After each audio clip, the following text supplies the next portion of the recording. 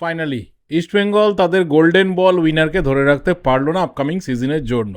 Miguel Figueira মোহনবাগানেই join করছে, medical complete, এবং মোহনবাগানের সই করাটা অফিসিয়ালি পেন পেপারে সিগনেচার করাটা জাস্ট সময়ের অপেক্ষা, এবং 2 বছরের একটা চুক্তি হচ্ছে, সেখানে এক্সটেনশনের অপশন থাকছে। কিন্তু একদিকে যেমন মোহনবাগানে চলে গেল মিগুয়েল ফিগুয়েরা ইস্টবেঙ্গল থেকে, ঠিক উল্টো দিকে ইস্টবেঙ্গলও কিন্তু রিপ্লেসমেন্ট সিগনেচার ভাই করিয়ে নিচ্ছে। ইস্টবেঙ্গল বসে নেই, ইস্টবেঙ্গলের হয়তো কোচ চূড়ান্ত হয়নি, হয়তো ইনভেস্টার নিয়ে ডামাডোল চলছে, কিন্তু কিছু কিছু ব্যাপার রয়েছে, সেইগুলো ইস্টবেঙ্গল ফেলে রাখতে চাইছে না। নাও সব কিছু নিয়ে কথা বলবো। মোহনবাগান, ইস্টবেঙ্গল, শুধুমাত্র এই দুজন বিদেশি প্লেয়ার না, তার পাশাপাশি আরও কিছু এক্সাইটিং ডোমেস্টিক ট্যালেন্টকে কিন্তু দুটো ক্লাবই সই করাতে যাচ্ছে। সেই সিচুয়েশনে পুরো দুটো টিমই পৌঁছে গেছে। সব কিছু নিয়ে এই ভিডিওতে ইন ডিটেলসে কথা বলবো। দেখো, প্রথমে একটু ইস্টবেঙ্গলের কথা বলে দেওয়া যাক। চ্যাম্পিয়ন হয়েছে, কিন্তু চ্যাম্পিয়ন স্কোয়াডের খুব গুরুত্বপূর্ণ প্লেয়ারদেরকেই ধরে রাখতে পারছে না।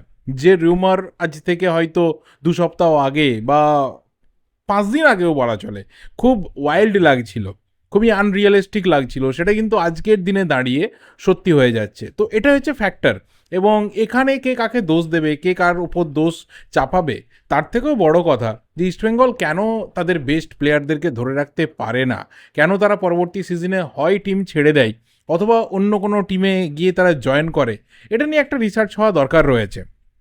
কিন্তু আমার মনে হয় তার থেকেও বেশি রিসার্চ হওয়া দরকার রয়েছে যে পাঞ্জাব এফসি ভাই, তারা লিটারেলি তাদের পরের সিজনে তাদের বিদেশি প্লেয়ারদের প্রায় ধরেই রাখতে পারে না।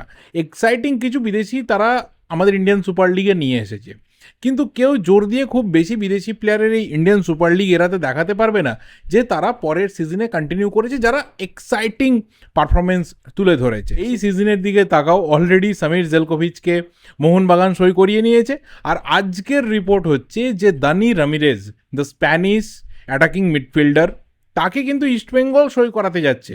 অলমোস্ট তার সাথে সমস্ত রকমের ডিল কিন্তু কমপ্লিট, এবং শুধুমাত্র বাকি প্রসিজিওর বাকি রয়েছে, এবং তাকেও ইস্টবেঙ্গল আপাতত শোনা যাচ্ছে 2 বছরের চুক্তিতে নিয়ে আসছে। দেখো, ইস্টবেঙ্গলের ক্ষেত্রে এই জায়গাটা না অনেক আগেই তৈরি হওয়া দরকার ছিল, যে তোমার যাকে মনে হচ্ছে যে গুরুত্বপূর্ণ প্লেয়ার হতে পারে, কেন তাকে লঙ্গার পিরিয়ডের জন্য নিয়ে আসা হবে না। এই যে মিগুয়েল ফিগুয়েরা, ধরো একটা এক্সাম্পল, আজকে তার ট্রান্সফারটা হয়েছে, সে মোহনবাগানে গেছে বলে বলছি না, কোনো এক্সাইটিং বিদেশি প্লেয়ারকে কিন্তু ইস্টবেঙ্গল ইনিশিয়ালি বড় কন্ট্রাক্ট ধরায় না, পরে এক্সটেনশন করায়। ম্যাক্সিমাম সময় দেখা যায় যে সে এক্সটেনশনগুলো হয়তো ফেল করে যাচ্ছে। এক্সাম্পল সাউল ক্রেসপো, এই ধরনের ব্যাপার রয়েছে। কিন্তু ব্যাপারটা হচ্ছে যে যখন একজন এরকম ভালো প্লেয়ারকে ইস্টবেঙ্গল নিয়ে আসছে, কেন তাকে বড় সময়ের জন্য কন্ট্রাক্ট দেওয়া হচ্ছে না, কেন 2 বছরের জন্য অন্তত পক্ষে তার সাথে সিগনেচারে যাওয়া হচ্ছে না, কেন কোথাও প্রবলেম থেকে যাচ্ছে, এটা নিয়ে ভাবার দরকার রয়েছে। কিন্তু যদি সত্যিই দানি রামিরেজের সাথে 2 বছরের চুক্তি সম্পন্ন হয়, তাহলে আমি বলবো যে that's going to be a very good signature.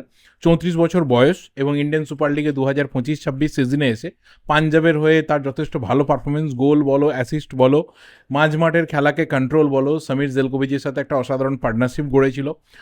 Of ফ্রন্টে এফিয়ংয়ের সাথে প্রত্যেকের সাথেই কিন্তু একটা ভালো কম্বিনেশন তৈরি হয়েছিল। বিশেষ করে মাঝমাঠে আমি বলবো সমীর এবং রিকি সাবংয়ের সাথে যে পার্টনারশিপ দানি রামিরেজের ছিল, সেটা কিন্তু একটা উল্লেখযোগ্য জায়গা, এবং সেখান থেকে যদি সেই পারফরমেন্সের যে লেভেলটা সেটা ইস্টবেঙ্গলে এসেও শো করাতে পারে, তাহলে অবশ্যই একটা এক্সাইটিং এবং ভেরি গুড সিগনেচার ইস্টবেঙ্গলের জন্য হতে যাচ্ছে।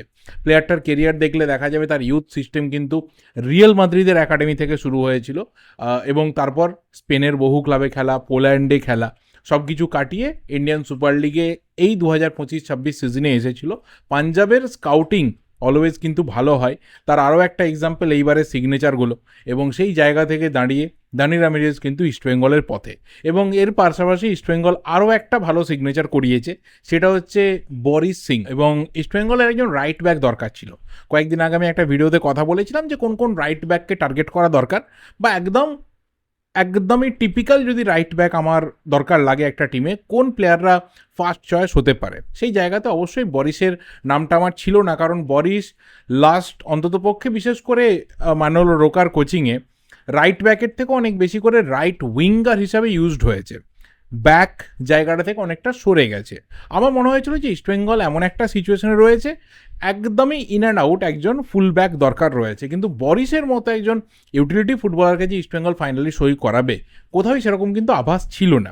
শোনা যাচ্ছে তার সাথে 3 বছরের চুক্তি কিন্তু এই মুহূর্তে কমপ্লিট, এবং বরিস আসা মানে এটা আমরা সবাই বুঝতে পারছি যে বরিস কিন্তু মাল্টিপল পজিশনেই খেলতে পারে।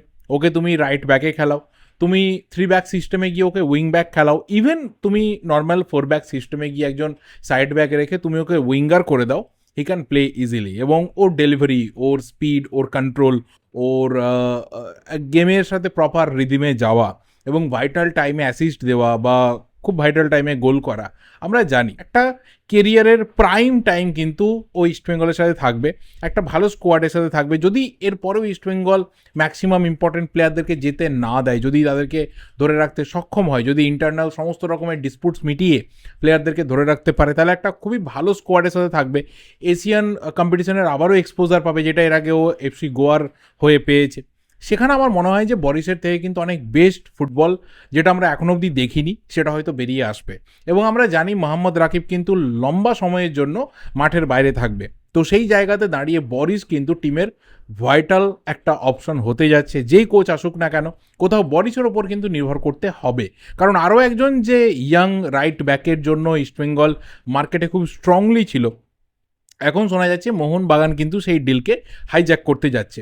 অ্যান্ড ডেফিনেটলি মোহনবাগান যে ইন্ডিয়ান প্লেয়ারদের পেছনে রয়েছে, সেই প্লেয়াররাও ইভেনচুয়ালি সেই পাঞ্জাব এফসিতে, পাঞ্জাবের ইউথ সিস্টেম বলো, পাঞ্জাবের গ্রাসরুট ফুটবল বলো, এই যে পাঞ্জাবের প্লেয়ার তুলে আনার ব্যাপারটা, এই যে পাঞ্জাবের রেগুলার বেসিসে ভালো ভালো ডোমেস্টিক প্লেয়ার তুলে আনা, ভালো বিদেশি প্লেয়ার নিয়ে আসা, এবং খুব কম বাজেটের মধ্যে, খুবই লিমিটেড বাজেটের মধ্যে, খুবই লিমিটেড রিসোর্সেসের মধ্যে পাঞ্জাব যে ধরনের টিম তৈরি করে, আমার মনে হয় যে একটা এক্সাম্পল সেট হওয়া দরকার রয়েছে। ওরা কিন্তু অলওয়েজ ফুটবলের যে ডেভেলপমেন্ট রয়েছে এবং সাপ্লাইয়ের যে ব্যাপারটা রয়েছে সেটার উপর অনেক বেশি জোর দেয়।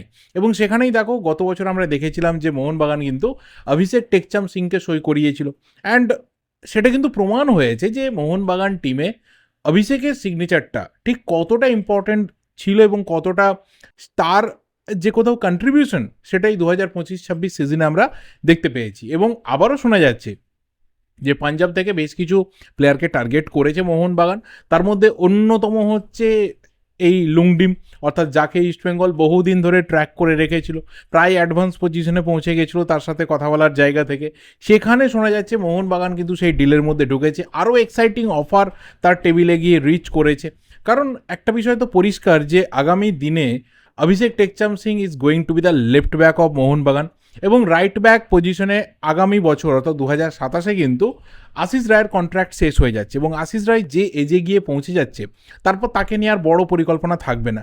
সেই জায়গাতে হয়তো লুংডিমের মতো ইয়াং প্লেয়ারের ওপরেই মোহনবাগান ভরসা করতে যাচ্ছে, ফ্রেশ ট্যালেন্টের ওপর ভরসা করতে যাচ্ছে, এবং লুংডিম আর অভিষেক টেকচাম সিং যে জুটি পাঞ্জাবে ছিল সেই জুটিকে মোহনবাগানে নিয়ে আসতে চাইছে মোহনবাগান।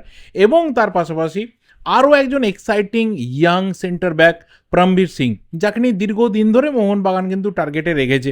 লাস্ট 2টো সিজনে তার সাথে মোহনবাগানের লিঙ্ক আপ বারে বারে হয়েছে এবং বারবার পাঞ্জাব কিন্তু রিজেক্ট করেছে, কারণ পাঞ্জাব মনে করছে যে দেখো পাঞ্জাব লং টাইম ধরে রেখে আলাদা কিছু করবে না, যেটা করবে সেটা হচ্ছে যে আরও একটু বেশি সময় ধরে রেখে আরও একটু বেশি ট্রান্সফার ফি তার জন্য ক্লাবগুলোর থেকে তারা দাবি করবে, সেই নিরিখেই তাকে দিনের পর দিন ধরে রাখা।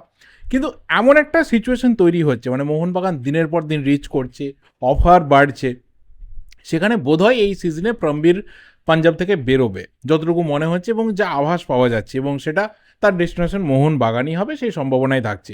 নাও দ্য বিগেস্ট থিং যেটা ঘটেছে সেটা হচ্ছে যে অবশ্যই মিগুয়েলের সিগনেচারটা।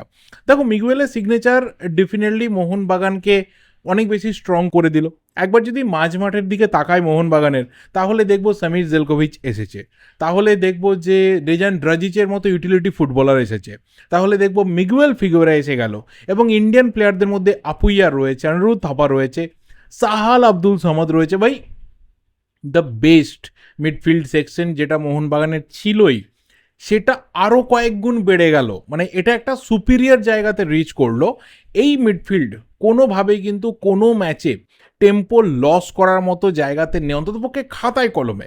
মাঠে কি হবে, কেমন পারফরমেন্সের কীরকম দিন থাকবে পরের ব্যাপার, বাট খাতায় কলমে তুমি যখন দেখতে বসবে না, তুমি কোনো জায়গাতে দেখতে পাবে না যে সামহাও কোনো একটা অপোনেন্টের এগেনস্টে মিডফিল্ডকে মনে হচ্ছে যে একটু দুর্বল হয়ে গেল।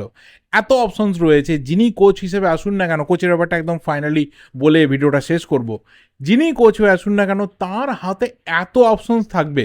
হয়তো তিনি বাঁচতে গিয়ে একটু সমস্যার মধ্যে পড়লেও পড়তে পারেন, বাট আমার মনে হয়, আমি পার্সোনালি এটা বিলিভ করি যে অন্ততপক্ষে একজন কোচ তিনি যে ধরনের অপশনস পাচ্ছেন সেই অপশনস তাকে কিন্তু অনেক বেশি সাহসী করে দেখবে, অনেক বেশি করে কিন্তু তাকে মনে করাবে যে আমি ডেসপারেট ফুটবলটা খেলতে পারি। এই ধরনের একটা অসাধারণ মিডফিল্ড সেকশন মোহনবাগান নতুন কোচের হাতে তুলে দেবে। দ্য লাস্ট থিং, দু লাইনে শেষ করবো, সেটা হচ্ছে কোচের ব্যাপারটা।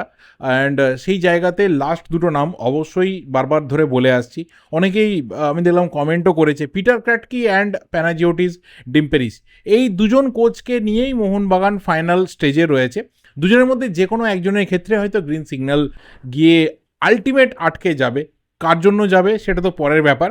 এর বাইরে আমার মনে হয় না যে আর কোনো 3 নম্বর নাম এসে এই দুটো কোচের সিচুয়েশনকে ঘেঁটে দেওয়ার মতো জায়গাতে পুরো বিষয় গিয়ে হাজির হয়েছে। নাও লেটস সি কতদিনের মধ্যে মোহনবাগান হেড কোচটা ফাইনালাইজ করে। অ্যান্ড পুরো টিম কিন্তু এই মুহূর্তে সলিড হচ্ছে, শর্ট আউট হয়ে যাচ্ছে।